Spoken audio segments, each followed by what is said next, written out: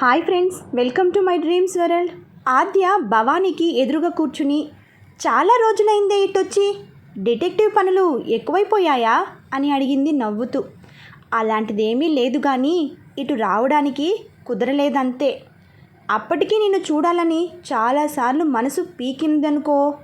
మొత్తానికి నువ్వు నాకు చాలా నచ్చావు. భర్తతో తెగతెంపులు చేసుకున్న స్త్రీలలో చాలామంది జీవితం ఆఖరైపోయిందన్న ఫీలింగ్తో ఉంటారు. నువ్వు అలా కాకుండా నెల తిరగకుండానే సొంతంగా నీ కాళ్ళ మీద నువ్వు నిలబడ్డావు. ఎంతైనా మంచి నిర్ణయం తీసుకున్నావు. దానికి ఆద్య చిన్నగా నవ్వి, సరే అత్తమ్మ, అప్పుడప్పుడు నువ్వు వస్తుండాలి. నువ్వు కనపడితే కొండంత ధైర్యం. అలానే వస్తానని ఒట్టు పెట్టు. ఆద్య చేయి ముందుకు చాచింది. ఈ మాత్రం దానికి ఒట్టు ఎందుకే పిచ్చి పిల్ల? అయినా నువ్వు అడిగావు కాబట్టి కబీర్ మీద ఒట్టు అంటూ నవ్వింది. ఆద్య ఆమె నోటంట ఆ పేరు వినగానే ఒక్కసారిగా ఉలిక్కిపడింది. ఇందాక ఏమన్నావు? కబీర్ అని కదూ? నీకెలా తెలుసు? భవానీ తడుముకోకుండా, ఈ ఊర్లో నాకు తెలియకుండా ఎవరైనా రావడం పోవడం అనేది జరుగుతుందా? వాడు వచ్చిన రెండో రోజే నిఘా పెట్టాను. సినిమా హీరో లాంటి కుర్రాడు మన ఊర్లో ఏంటి అని అలా మొత్తం తెలుసుకున్నాను. ఆద్య ఆశ్చర్యపోయింది. 2 రోజులకేనా? ఎలా? చెప్పాను కదా, మీకు 4G 5Gలు కావాలి ఏమో. నాకు అవసరం లేదు. నువ్వు గ్రేట్ అత్తమ్మా. ఇంత ఫాస్ట్గా ఏం తెలుసుకున్నావు? వినాలని తొందరగా ఉందే. అదేమీ లేదు, జస్ట్ క్యూరియాసిటీ. అలా అయితే ఎలాగా? అబ్బా, నానేయకుండా చెప్పు అత్తమ్మా. కబీర్ చెప్పిందంతా నిజమే. మాల్ నడిపేవాడు నీ మీద మోహంతో, ప్రేమతో, ఇష్టంతో అలానే వెంబడి వచ్చేశాడు అంటూ భవానీ ఆశ్చర్యంగా చెప్పింది. ఆద్యకి నోట మాట రాలేదు. మాల్ ఇప్పుడేమైంది? ఈ పిచ్చివాడు ఏమైనా చెప్పుంటేనా అలా వచ్చేశాడు. పనిచేసే వాళ్ళు 2 రోజులు చూసి 3వ రోజు నుంచి హస్తలాఘవం ప్రారంభించారు. 10 రోజులు తిరిగేసరికెల్లా ర్యాక్లు తప్ప వస్తువులు లేవు. ఇప్పుడు కాంప్లెక్స్లో ఇంకేదో నడుస్తుంది. అంటే కబీర్ చెప్పినంత నిజమేదన్నమాట. తనేదో అతన్ని ఆషామాషి వ్యవహారం అనుకుంది. కానే కాదు. మరి తన కోసమే ఈ ఊరొస్తే తనను చూడడం కానీ మాట్లాడడం కానీ చేయడం లేదు. ఏమిటి అతని ఉద్దేశం? అసలు తన వెంట పడటం లేదు. ఆద్య ఆలోచనలో పడింది. కబీర్ కనిపించి విషయం చెప్పినప్పుడు తాను తేలిగ్గా తీసుకుంది. ఆ సమయంలోనే భవానమ్మ కబీర్ గురించి మాట ఎత్తింది. అంతా తెలిసిపోయాక ఇక దాపరికాలు ఎందుకు అనుకుంది. నువ్వు డిటెక్టివ్కి కదా, నాకు నీతో అవసరం వచ్చింది. అదేమిటో చెప్పు. కబీర్ విషయం ఏమిటో కనుక్కో. అదెంత పని. అలానే 2 రోజుల్లో కనిపిస్తాను అంటూ వెళ్ళిన భవానీ అన్నట్టే 2 రోజుల్లో వచ్చింది. భవానీ చెప్పేది వింటే ఆద్యకి నమ్మబుద్ధి కావడం లేదు. అంత ప్రేమున్నవాడు నాకు కనపడడు, నాతో మాట్లాడడు, నన్ను చూడడు. ఆ ఒక్కరోజు తప్ప ఇటొచ్చిన పాపాన పోలేదు. తన సందేహాన్ని భవానీ ముందుంచింది ఆమె. నీతో మాట్లాడకపోవచ్చు కానీ నిన్ను చూస్తూనే ఉంటాడు, ఖచ్చితంగా చెప్పింది భవానీ. ఆమె కరెక్ట్గానే ఊహించింది. కబీర్ ఉదయం నిద్రలేస్తూనే పొలం పనులు చేయటంలో పడిపోతాడు. మొదట్లో చాలా కష్టంగా ఉండేది. అయితే రాను రాను బాగా అలవాటయ్యింది. దించిన తల ఎత్తకుండా చేస్తాడు పని. ఆ గుణమే ఆద్య పెదనాన్నకు నచ్చింది. అందుకే ఇంటి మనిషిలా అనుకుని మంచి భోజనం, అతని షెడ్లో కరెంట్, ఫ్యాన్ అన్నీ వేయించాడు. సాయంకాలం 5 అవుతున్నప్పుడు అతను పొలం నుంచి షెడ్కి బయలుదేరుతాడు. స్నానం చేసి తెల్లటి కాటన్ పైజామా లాల్చీ వేసుకుని బయటికి బయలుదేరుతాడు. ఆద్య ఇల్లు దేవాలయం పక్కనే. దేవాలయం అరుగు మీద కూర్చుంటే ఆమె ఇంటి కిటికీల్లో నుంచి లోపలున్న వాళ్ళు కనిపిస్తారు. అలా అరుగు మీద కూర్చుని కిటికీలకు తన కళ్ళు తగిలించేస్తాడు. ఆద్య రూపం కన్నా ఆమె నీడనే బాగా పోల్చుకోగలడు అతను. ఎందుకంటే ఎక్కువసార్లు ఆమె కంటే ఆమె నీడే అతనికి బాగా కనిపిస్తుంది కాబట్టి. ఆ నీడను చూసే అతను సంతోషపడి తిరిగి ఇంటికి వచ్చేస్తాడు. అందుకే రోజు అతను తనను చూస్తున్నాడని ఆద్యకి తెలియదు. మౌనమే ఉదయరాగమై ఎదలలో అలా కదులుతూ మధువసంతమై నిలిచింది. సన్నజాజు చిరునవ్వులో గుసగుసలు, గుమగుమలు, తీయని ఊసుల ఊహల ఊయలలో మమతలు కురిపించాయి. ప్రేమకై సదా మధురమై పరితపించి పులకించాయి. ఆద్యను చూసిన ప్రతిసారి కబీర్ మనసులో కదిలే భావం, భవానీ అత్తమ్మ చెప్పింది నిజమా? అలా అయితే ఒకసారైనా కనబడాలే. ఇంతవరకు తాను అతనిని గమనించలేదు. చూడాలి విషయమేంటో. ఖాళీగా ఉండే బుర్ర దెయ్యాల దిబ్బ అనిపించింది. ఎంతటి ఆలోచనలు లేకపోవడంతో బట్టలు ఉతకడానికి బయలుదేరింది. ఇంట్లో వాషింగ్ మిషన్ ఉన్నా మోటార్ రిపేర్ కావడంతో 2 రోజులుగా అది చెడిపోయింది. అందుకే ఆమె చిన్నాన్న పొలంలోని దిగుడు బావికి బయలుదేరింది. ఆమె ఇంటి వెనుక కొంచెం దూరంలో ఆ బావి ఉంది. పల్లెటూర్లలో బావులకు కూడా పేర్లుంటాయి. దాన్ని కొత్త లక్ష్మయ్య బావి అంటారు. అప్పుడు టైం 10 గంటలైంది. అంతకు ముందు రోజు వానపడి ఉండడంతో మబ్బులన్నీ మాయమై ఎండ బాగా తీక్షణంగా ఉంది. గాలి ఎండను భరించలేక ఎక్కడో దాక్కున్నట్టు చెట్ల ఆకులు కూడా కదలడం లేదు. అదెప్పుడూ కట్టిన బావి. ఆద్య ప్లాస్టిక్ బకెట్ నిండా బట్టలు కుక్కుని బావి దగ్గరికి చేరుకుంది. బావి చుట్టూ చెట్లు ఉండడం వల్ల ఎవరో తన కోసం గొడుగు పడుతున్నట్టుంది. ఎక్కడో దూరంగా మేఘ సందేశంలోని పాట వినబడుతుంది. సహజంగానే సంగీతం, నాట్యం అంటే ఇంట్రెస్ట్ ఉన్న ఆద్య దానికి అనుగుణంగా లయబద్ధంగా కాలు కదపసాగింది.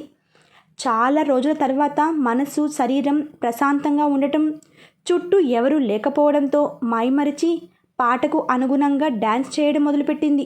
నిన్నటిదాకా శిలనైన నీ పదము సోకినే గౌతమినైనా, నిన్నటిదాకా శిలనైనా నీ మమతావేశపు వెల్లువలో గోదారి గంగనై పొంగుతూ ఉన్న ఆ పాట వస్తూ ఉన్నది.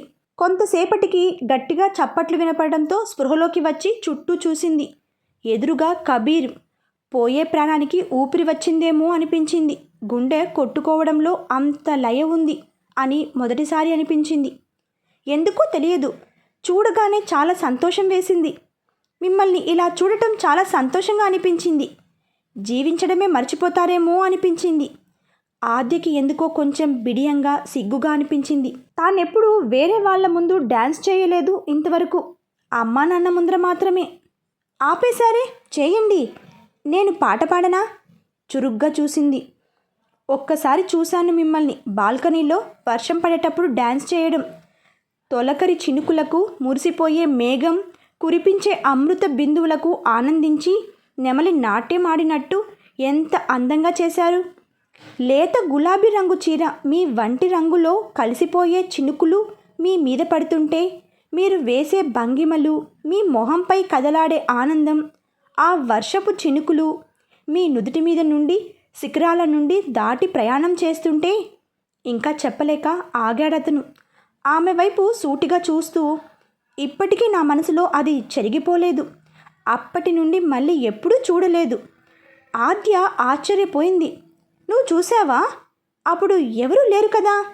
ఆమెకి ఎందుకో పరాయి మగాడు తనని అలా చూశాడు అన్న కోపం రావడం లేదు. మీ నీడలా మారి నేనెప్పుడూ ఉంటాను కదా, మీకు తెలియదులేండి. ఎందుకో ఆద్యకు అప్రయత్నంగా శ్రీకర్ గుర్తొచ్చాడు. ఒకసారి ఏదో సందర్భంలో తనకు నాట్యం అంటే ఇష్టం అన్నప్పుడు, ఆ తైతక్కులు ఏవి ఇంట్లో పెట్టకు, నాకు నచ్చదు అని నిర్మోహమాటంగా చెప్పి వెళ్ళిపోయాడు. కనీసం ఏ డ్యాన్స్ ఎప్పుడు ఎక్కడ నేర్చుకున్నావు అని కూడా అడగలేదు. ఏమండోయ్, మాట్లాడుతుంటే ఏం ఆలోచిస్తారో ఏంటో. ఏమీ లేదు మేడం, ఒక్క నిమిషం ఆగండి, మీరు ఇక్కడే ఉండాలి, ఎక్కడికే పోకూడదు అంటూ కబీర్ వేగంగా పరుగెట్టాడు. ఏయ్, ఎక్కడికి వెళ్తున్నావు? 5 నిమిషాలు, మీరు ఎక్కడికి వెళ్ళకూడదు. ఏంటో మనిషి కాళ్లకు చక్రాలు కట్టుకున్నట్లు ఎప్పుడు బిజీగా ఉంటాడు అనుకుంటూ, కనీసం వచ్చిన పని అయినా చూద్దామని అక్కడ 3 మోటార్లున్నాయి. అందులో ఒకటి ఆమె చిన్నాన్నది. దాన్ని వేసుకుని నీళ్లు పట్టుకోవాలని స్విచ్ నొక్కింది. కానీ నీళ్లు రాలేదు. మోటారు కూడా కదల్లేదు. ఎలా అని చుట్టూ చూస్తూ నిలబడింది. పల్లెల్లో కరెంటు కోత మామూలే. 11 గంటల వరకు కరెంటు కోత అన్న విషయం మర్చిపోయి వచ్చినందుకు తనని తాను తిట్టుకుంది. ఇంతలో పరిగెత్తుకుంటూ కబీర్ వచ్చాడు. ఆయాసపడుతూనే ఆమె ముందు నిలబడ్డాడు. ఆద్యకి ఏమీ అర్థం కాలేదు. ఎక్కడికి వెళ్ళావు? ఎందుకు ఇంత ఆయాసపడుతున్నావు?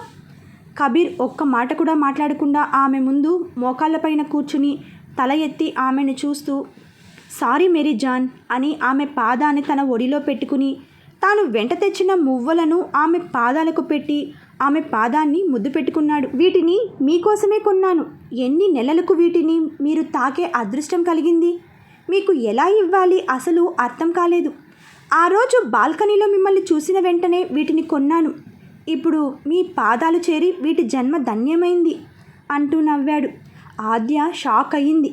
షాక్ అయిన ఆద్య వెంటనే వెళ్ళిపోదామని స్పీడుగా వెనక్కి తిరిగింది.